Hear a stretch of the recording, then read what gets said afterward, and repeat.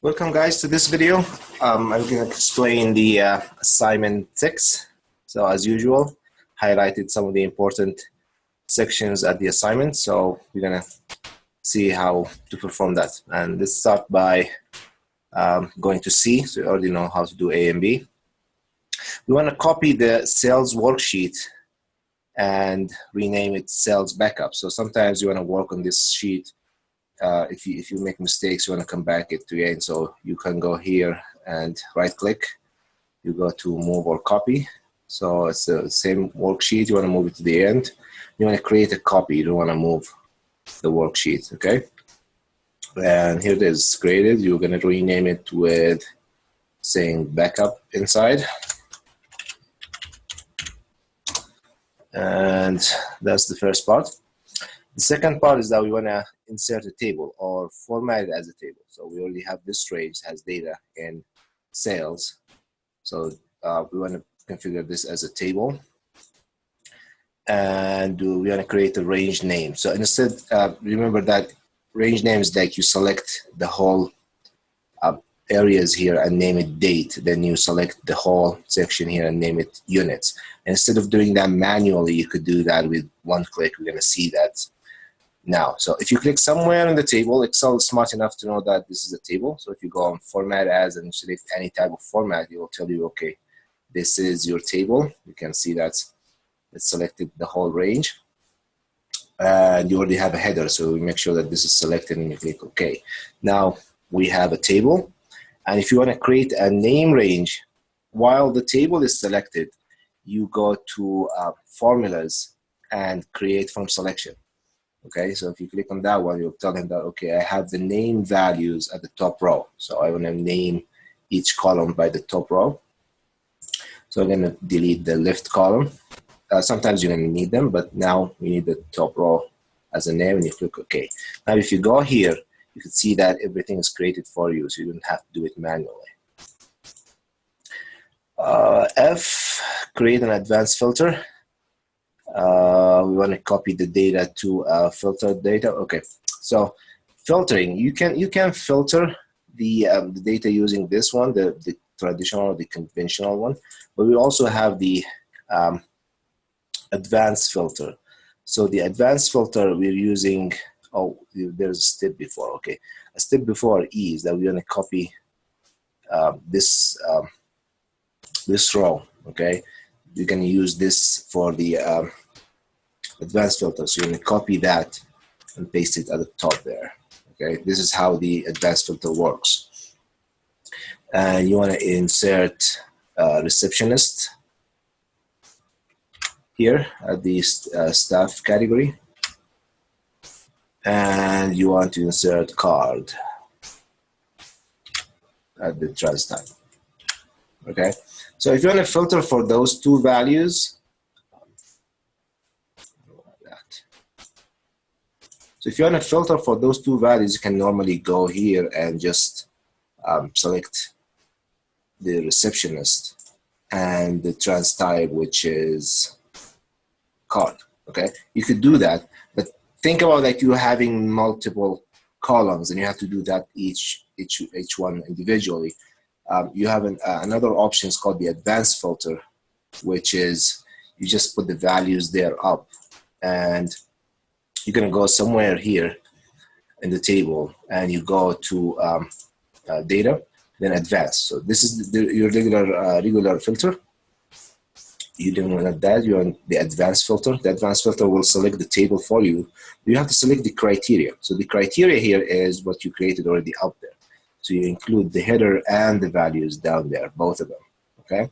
You click OK, and now everything is filtered here based on receptionist and cards. Okay. What are you required to is that you need to copy this data, and you need to insert a new file or a new sheet, and you call it filter. And you want to paste the value up there. Okay. Then you have to adjust the columns so it will show everything. Okay. We're done with F. Let's go to G. Cell J15, you want to use the subtotal or you want to create a subtotal column here. Okay, this is different than the functions. This is just a regular column there. Okay, you're going to create a column called subtotal. You want a formula that multiplies the units by retail price. Just a regular formula that says equal units times retail price. Okay, that's a simple formula there, and you can see that everything is there for you because this is part of the table now. And you want to format the subtotal column as an accountant. So if you select, there's a way to select everything. I think if you go here and you see how we didn't create that one. Okay, so I want to clear the filter. I'm going to select the whole column. I'm going to use the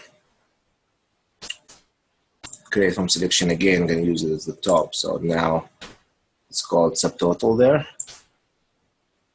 Okay, so this subtotal value or the subtotal columns I want to be accounting. Sorry, that will show the simple or the dollar sign.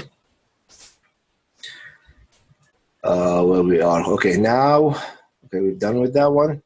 Want to go to using a subtotal functions. Many of you didn't notice that you have to use a subtotal function. Okay, although it's used count, sums, and averages, but you want to use a subtotal functions in these sections. Okay, so here you want to count the categories. Okay, the categories here. Any empty categories will not be counted. I'm gonna go and return the filter there. So the advanced filter. So here you have to use a subtotal function. Okay, you have to start with subtotal function, not the subtotal column that we created or field name. Now we're going to use a count, but we have count and count A. Count A will be used for text. The category here is text, so we're going to use count A, not count. Okay, this is count, and our reference is going to be category. We're going to close the parentheses and click enter. Okay, the units sold, we want to sum the units. So again, we have to use the subtotal function. And the sum is number 9. And we want to sum the units. Okay, this is very easy because we created the name ranges before. Oops. Total sum here, we're going to use the sum for subtotals, the one we created here. So again, subtotal. I'm going to use the sum function for the subtotal name range. Okay, you can see the difference there. And last one is the average for the retail price. So again, subtotal, open parentheses, and use the average. No, we're going to use the regular average there, which is 1. Okay, and it's going to be the retail price. And this is the end of this part. Now we're going to move to the pivot table, where it's this is kind of like a review for previous sections. Now we're going to use the this data to show a pivot table. Okay, you want to put it in A12 in a sales analysis. So the sheet is already created for you, so you're going to put it there. If you select anywhere in the table, and sorry, you go to insert and a pivot table. So you want to insert the pivot table using the data in this range on table 1. And we don't want a new worksheet. We have an existing worksheet, and the location is going to be, we told here, like A12. Okay, so it will insert it in this area. You click OK. So now we have a pivot table inserted in this area. So we haven't configured it yet, but there should be a pivot table coming up there. Now we're going to go and configure the the pivot table using the units, staff, and staff category. So it's simply, if you go there and click units, staff, and staff category, you will see that Excel put the units in values because it's assumed that it has values there, okay?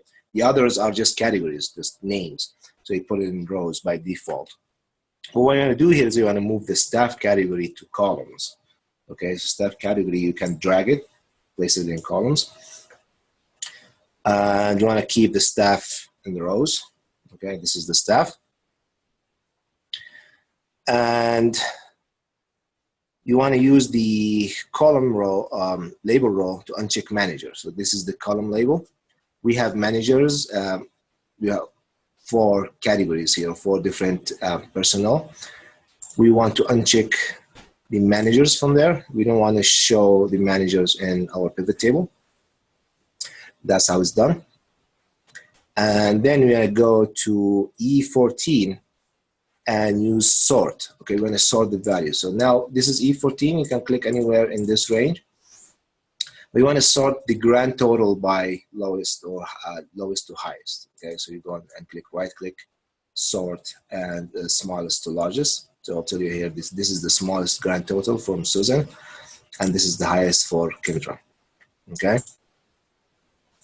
Now I'll ask you to go and answer question 1 and 2 at the top there. So who were the top 2 salespeople in terms of units sold? So this is the units sold. Okay, this is the sum of units per each staff, and the top were Kendra. This is the top personnel here. So I'm going to put Kendra there, and this is the second high sales, and the lowest here is Susan. You can see she made 24, so the lowest is Susan, and the next to lowest is Jason. All right. Okay, we're going to go and modify the pivot table more further. So we're going to add the category field to pivot table. So the category, you click somewhere here. If you lose this this section, you just go and right click, show field list. We'll say it again. So we want to use the category. If you click on category, you'll see that it's in rows now. We don't want it in rows.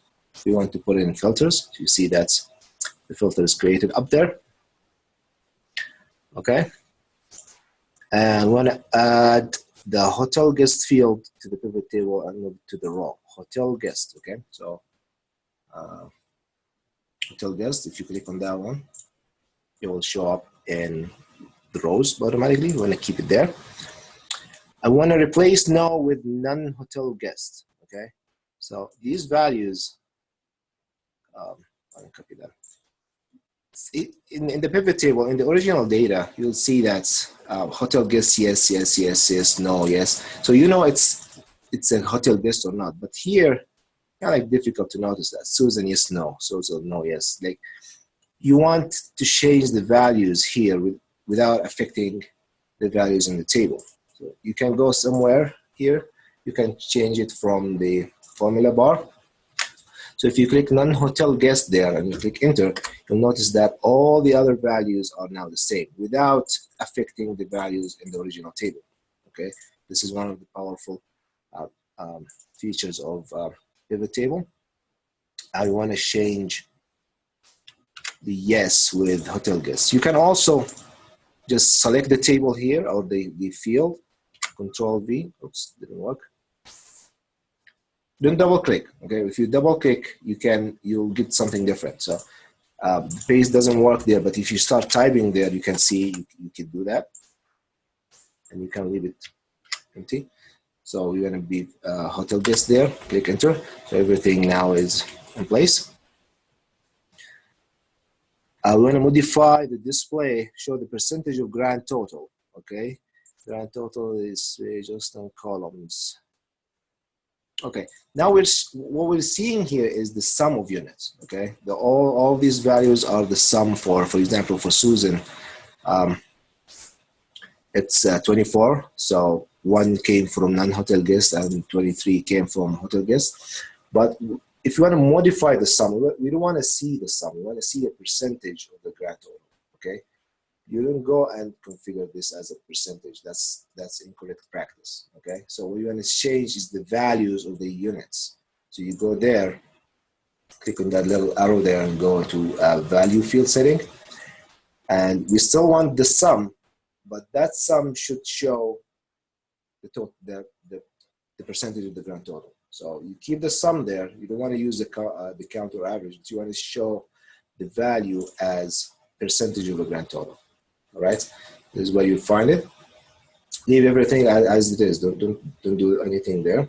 You click OK. Now you can see everything is turned to a percentage. So Susan made 10% compared to everyone else on the 100%. Okay, so you add these up, including the manager, which is we hide it already. That will count to 100%.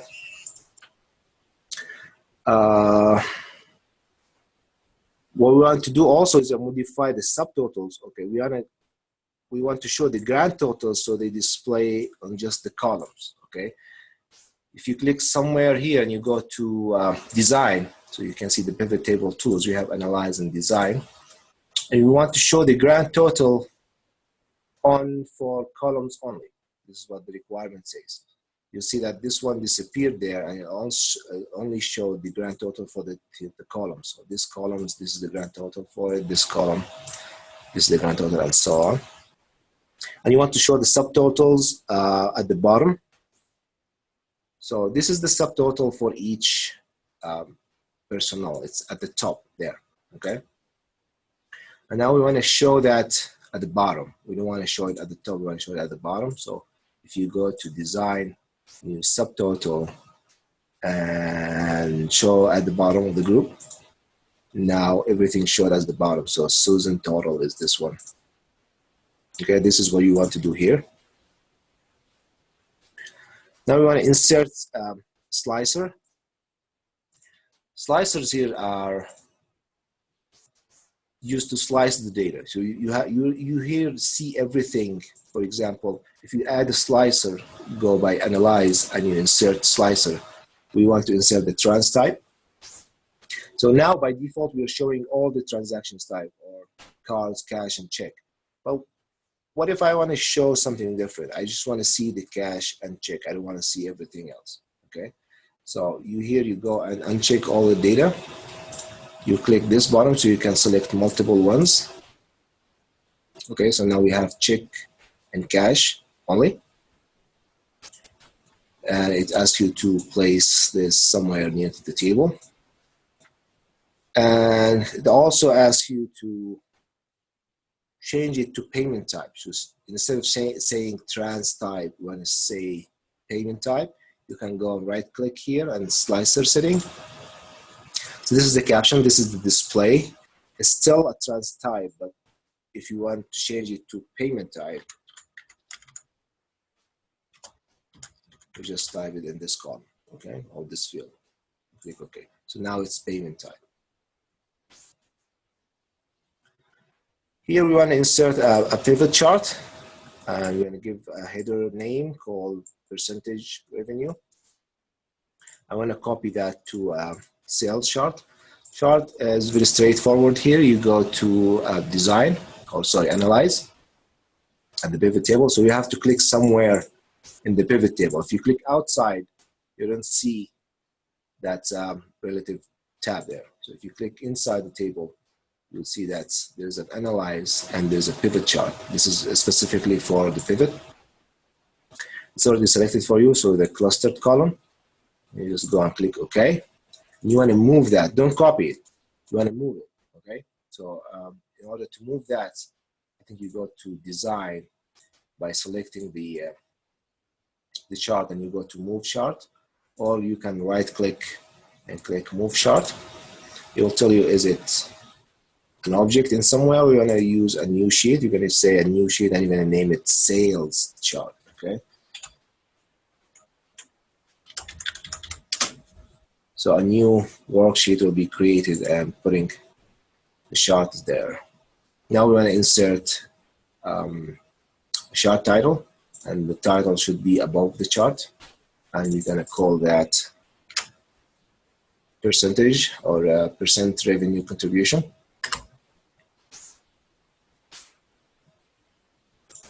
And that's it. Save the file and take the quiz. This is how you do the assignment 6. Thank you.